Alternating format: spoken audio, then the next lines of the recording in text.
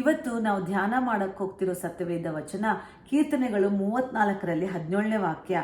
ಯೆಹೋವನು ನೀತಿವಂತರ ಕೂಗನ್ನು ಕೇಳಿ ಎಲ್ಲಾ ಕಷ್ಟಗಳಿಂದ ಅವರನ್ನು ಬಿಡಿಸುತ್ತಾನೆ. ಮುರಿದ ಮನಸ್ಸುಳ್ಳವರಿಗೆ ಯೆಹೋವನು ನೆರವಾಗುತ್ತಾನೆ.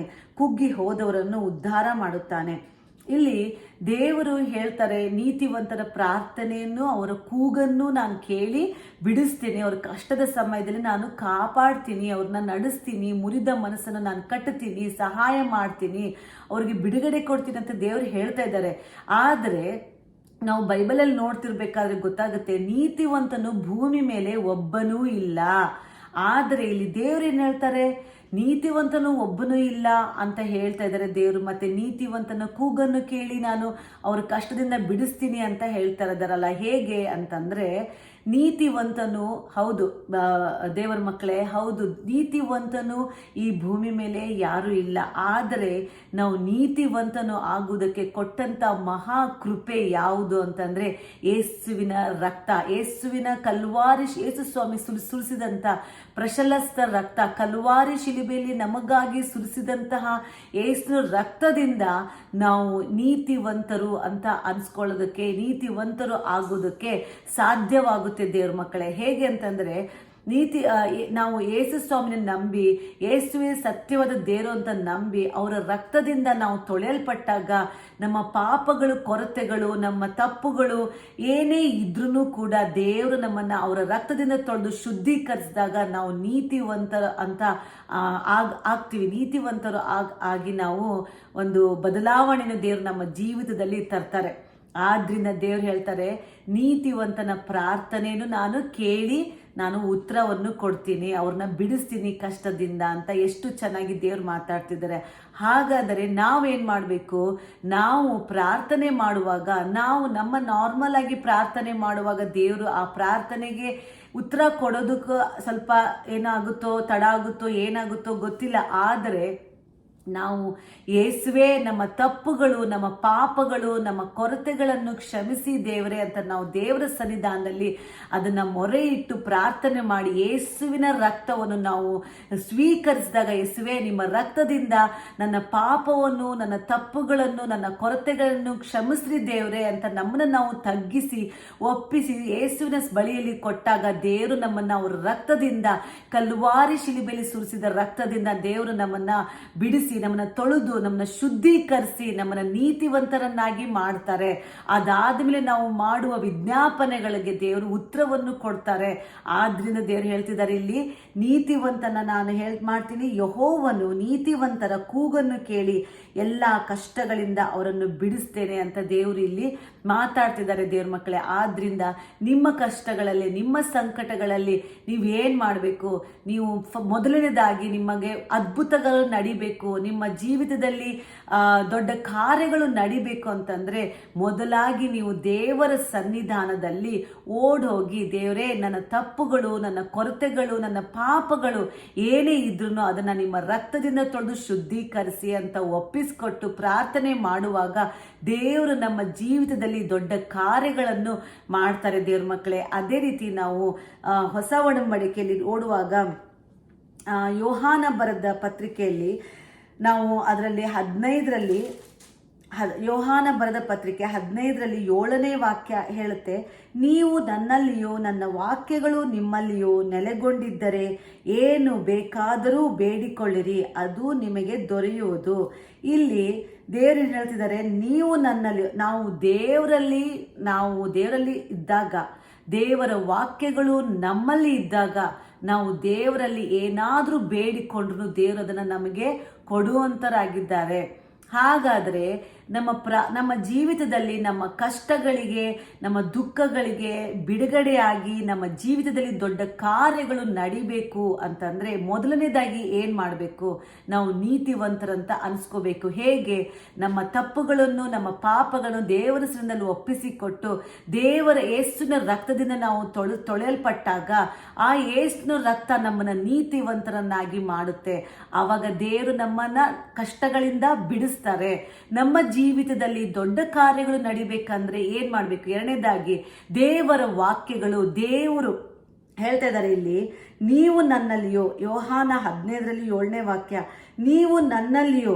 ನಾವು ಏನು ಮಾಡಬೇಕು? ನಾವು ದೇವರಲ್ಲಿ ಇದ್ದುಕೊಂಡು ದೇವರ ವಾಕ್ಯಗಳು ನಮ್ಮ ಹೃದಯದಲ್ಲಿ ಇದ್ದುಕೊಂಡು ನಾವು ಎಡಬಿಡದೆ ಪ್ರಾರ್ಥನೆ ಮಾಡುವಾಗ ಏನಾಗುತ್ತೆ? ನಮ್ಮ ಜೀವಿತದಲ್ಲಿ ದೇವರು ಹೇಳ್ತಾರೆ, ನೀವು ನನ್ನಲ್ಲಿಯೋ, ನನ್ನ ವಾಕ್ಯಗಳು ನಿಮ್ಮಲ್ಲಿಯೂ ನೆಲೆಗೊಂಡಿದ್ದರೆ ಏನು ಬೇಕಾದರೂ ಬೇಡಿಕೊಳ್ಳಿರಿ, ಅದು ನಿಮಗೆ ದೊರೆಯುವುದು ಅಂತ. ಎಷ್ಟು ಚೆನ್ನಾಗಿ ದೇವರು ತುಂಬಾ ಸ್ಪಷ್ಟವಾಗಿ ದೇವರು ಇಲ್ಲಿ ಮಾತನಾಡ್ತಿದ್ದಾರೆ. ದೇವ್ರ ಮಕ್ಕಳೇ, ಏನಂತಂದ್ರೆ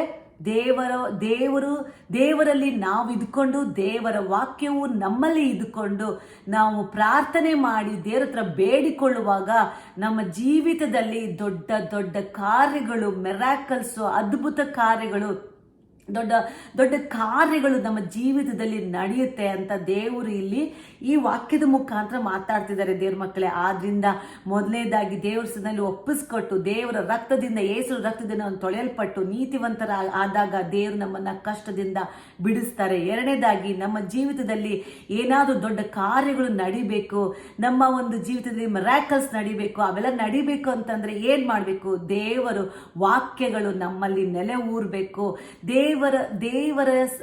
ದೇವರಲ್ಲಿ ನಾವು ಹೆಚ್ಚಾಗಿ ವಾಕ್ಯಗಳನ್ನು ಓದ್ಕೊಂಡು ಪ್ರಾರ್ಥನೆ ಮಾಡಿಕೊಂಡು ದೇವರ ಜೊತೆಗೆ ಒಂದು ಕನೆಕ್ಷನ್ ಇಟ್ಕೊಂಡು ನಾವು ನಮ್ಮ ಜೀವಿತವನ್ನು ನಡೆದುಕೊಂಡು ಹೋಗ್ತಿರ್ಬೇಕಾದ್ರೆ ಅವಾಗ ನಮ್ಮ ದಾರಿಯಲ್ಲಿ ಏನೇ ಕಷ್ಟಗಳು, ಏನೇ ನಷ್ಟಗಳು, ಏನೇ ಬಂದ್ರೂ ಕೂಡ ದೇವರು ಅದನ್ನ ಜಯಿಸಿ ಕೊಡುವಂಥವ್ರು ಆಗಿರ್ತಾರೆ ದೇವ್ರ ಮಕ್ಕಳೇ.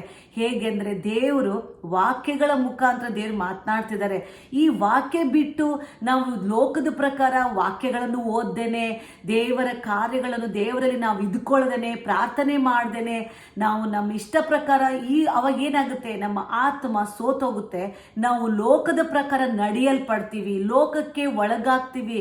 ಅವಾಗ ಏನಾಗುತ್ತೆ? ನಮಗೆ ಬಲ ಇರೋದಿಲ್ಲ. ಸಡನ್ ನಮಗೊಂದು ಕಷ್ಟ ಬಂತು ಅಂದ್ರೆ ಹೋಗಿ ಮೊಣಕಾಲೂರಿ ಪ್ರಾರ್ಥನೆ ಮಾಡ್ಬೇಕಂದ್ರೆ ಒಂದು ಕನೆಕ್ಷನ್ ಬೇಕಲ್ವಾ? ದೇವ್ರಿಗೂ ನಮಗೂ ಒಂದು ಸಂಬಂಧ ಬೇಕು. ಪ್ರಾರ್ಥನೆಯ ವಾಕ್ಯಗಳ ಒಂದು ಐಕ್ಯತೆಯ ಸಂಬಂಧ ದೇವರ ಜೊತೆಗೆ ನಮ್ಮ ಜೊತೆಗೆ ಇದ್ದಾಗ ಅವಾಗೇನಾಗುತ್ತೆ? ನಮಗೆ ಒಂದು ನಮ್ಮ ಕಷ್ಟಗಳು ಏನೇ ಬಂದು ದೇವರು ಸಡನ್ ಆಗಿ ಟಕ್ ಅಂತ ದೇವರು ಒಂದು ಬಿಡುಗಡೆಯನ್ನು, ಅದ್ಭುತವನ್ನು ನಮ್ಮ ಜೀವಿತದಲ್ಲಿ ಮಾಡ್ತಾರೆ ದೇವ್ರ ಮಕ್ಕಳೇ. ಇವತ್ತಿನ ದಿವಸದಲ್ಲಿ ನಿಮ್ಮ ಜೀವಿತದಲ್ಲಿ ದೊಡ್ಡ ಕಾರ್ಯಗಳು ನಡೀತಾ ಇಲ್ಲ, ಏನು ಒಂದು ಕಷ್ಟದಲ್ಲಿ ಬಿಡುಗಡೆ ಆಗ್ತಾ ಇಲ್ಲ ಅಂತಂದ್ರೆ ದೇವ್ರ ಮಕ್ಕಳೇ, ಈ ವಾಕ್ಯದ ಪ್ರಕಾರ ನೀವು ನಿಮ್ಮನ್ನ ಒಪ್ಪಿಸ್ಕೊಟ್ಟು ನೋಡಿ, ನೀವು ಪ್ರಯತ್ನ ಮಾಡಿ ನೋಡಿ. ನಾನು ಸತ್ಯವಾಗ್ಲೂ ಹೇಳ್ತಾ ಇದ್ದೀನಿ, ಇವತ್ತು ಈ ದೊಡ್ಡ ಕಾರ್ಯಗಳನ್ನು ನೀವು ಕಾಣ್ತೀರಾ. ಯಾವಾಗ ದೇವರ ಸನ್ನಿಧಾನದಲ್ಲಿ ನಿಮ್ಮ ತಪ್ಪುಗಳನ್ನು, ನಿಮ್ಮ ಪಾಪಗಳನ್ನು ಹರಿಕೆ ಇಟ್ಟು ಈ ರೀತಿ ದೇವರ ವಾಕ್ಯವು ನಿಮ್ಮಲ್ಲಿ ಸೇರಿಸ್ಕೊಂಡು ನಿಮ್ಮ ದೇವರ ವಾಕ್ಯವನ್ನು ಮೆಡಿಟೇಟ್ ಮಾಡಿ, ದೇವರ ಬೈಬಲ್ ರೀಡ್ ಮಾಡೋದು, ಪ್ರಾರ್ಥನೆ ಮಾಡೋದು, ಅದನ್ನೆಲ್ಲ ನಮ್ಮ ಜೀವಿತದಲ್ಲಿ ಅಭ್ಯಾಸ ಮಾಡಿಕೊಂಡು ಅದನ್ನು ನಾವು ಮಾಡಿಕೊಂಡು ದೇವರ ಸನ್ನಿಧಾನದಲ್ಲಿ ಪ್ರಾರ್ಥಿಸ್ತಾ ಇರಬೇಕಾದ್ರೆ ಏನೇ ಕಷ್ಟಗಳು, ಏನೇ ದುಃಖಗಳು, ಏನೇ ಬಂದ್ರು ನಾವು ಅದನ್ನೆಲ್ಲರಿಂದ ಬಿಡುಗಡೆ ಕೊಟ್ಟು ನಾವೇನ್ ಬೇಡ್ಕೊಂಡ್ರು ದೇವರು ನಮಗೆ ಎಲ್ಲವನ್ನು ಕೊಡ್ತಾರೆ ಅಂತ ದೇವರಲ್ಲಿ ಹೇಳ್ತಿದ್ದಾರೆ. ಇನ್ನೊಂದ್ಸರಿ ಓದ್ತೀನಿ ದೇವ್ರ ಮಕ್ಕಳೇ. ಯೋಹಾನದಲ್ಲಿ 15:7 ನೀವು ನನ್ನಲ್ಲಿಯೋ, ನನ್ನ ವಾಕ್ಯಗಳು ನಿಮ್ಮಲ್ಲಿಯೋ ನೆಲೆಗೊಂಡಿದ್ದರೆ ಏನು ಬೇಕಾದರೂ ಬೇಡಿಕೊಳ್ಳಿರಿ, ಅದು ನಿಮಗೆ ದೊರೆಯೋದು. ಈ ವಾಕ್ಯ ಈ ಹೊತ್ತು ನಿಮ್ಮ ಜೀವಿತದಲ್ಲಿ ಮ್ಯಾನಿಫೆಸ್ಟೇಷನ್ ಆಗಲಿ ದೇವ್ರ ಮಕ್ಕಳೇ. ಆಮೇಲೆ ನಾನು ಏನು ಹೇಳ್ತಾ ಇದ್ದೀನಿ ಅಂದರೆ, ಈ ವಾಕ್ಯದ ಪ್ರಕಾರ ನಾವು ಹೆಚ್ಚಾಗಿ ಬೈಬಲ್ ಓದುವಂಥವ್ರಾಗಿರಬೇಕು. ನಾವು ವಾಕ್ಯಗಳನ್ನು ಕುತ್ಕೊಂಡು ಹೇಗೆ ಒಂದು ಆಕಳು ಹಸು ಹೇಗೆ ಅದು ಕುತ್ಕೊಂಡು ಊಟ ತಿಂದ ಮೇಲೂ ಕೂಡ ಅದು ಹೇಗೆ ಅದನ್ನ ಚೀವ್ ಮಾಡ್ತಾ ಮರ್ಕಳಿಸ್ತಾ ಇರುತ್ತಲ್ವಾ ಊಟನ, ಹಾಗೆ ನಮ್ದು ಈ ಒಂದು ಊಟ, ಬೈಬಲ್ ವಾಕ್ಯದ ಊಟವನ್ನು ನಾವು ಯಾವಾಗ್ಲೂ ಏನ್ ಮಾಡ್ಬೇಕು?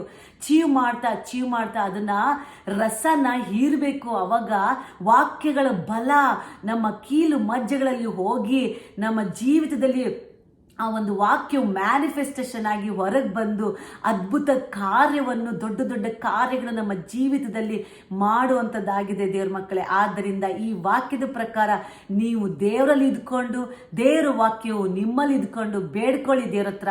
ದೇವರು ಏನು ಬೇಕಾದರೂ ಬೇಡ್ಕೊಳ್ಳಿ, ನಾನು ಕೊಡ್ತೀನಿ ಅಂತ ಹೇಳಿದಾರೆ. ಅಂದರೆ ಈ ವಾಕ್ಯ ದೊಡ್ಡದ ಕಾರ್ಯವನ್ನು ಮಾಡುವಂಥದ್ದಾಗಿದೆ. ಬೈಬಲ್ ವಾಕ್ಯಕ್ಕೆ ಜೀವ ಇದೆ. ಸೊ ಈ ವಾಕ್ಯ ನಿಮ್ಮ ಜೀವಿತದಲ್ಲಿ ಒಂದು ಮ್ಯಾನಿಫೆಸ್ಟೇಷನ್ ಆಗಿ ದೊಡ್ಡ ಕಾರ್ಯವನ್ನು, ದೊಡ್ಡ ಜೀವಿತ ಬಿಡುಗಡೆಯನ್ನು ಮಾಡಲಿ ಅಂತ ನಾನು ಬೇಡ್ಕೊಳ್ತಾ ಈ ಒಂದು ಮೆಸೇಜನ್ನು ಮುಗಿಸ್ತೀನಿ. Amen. God bless you all.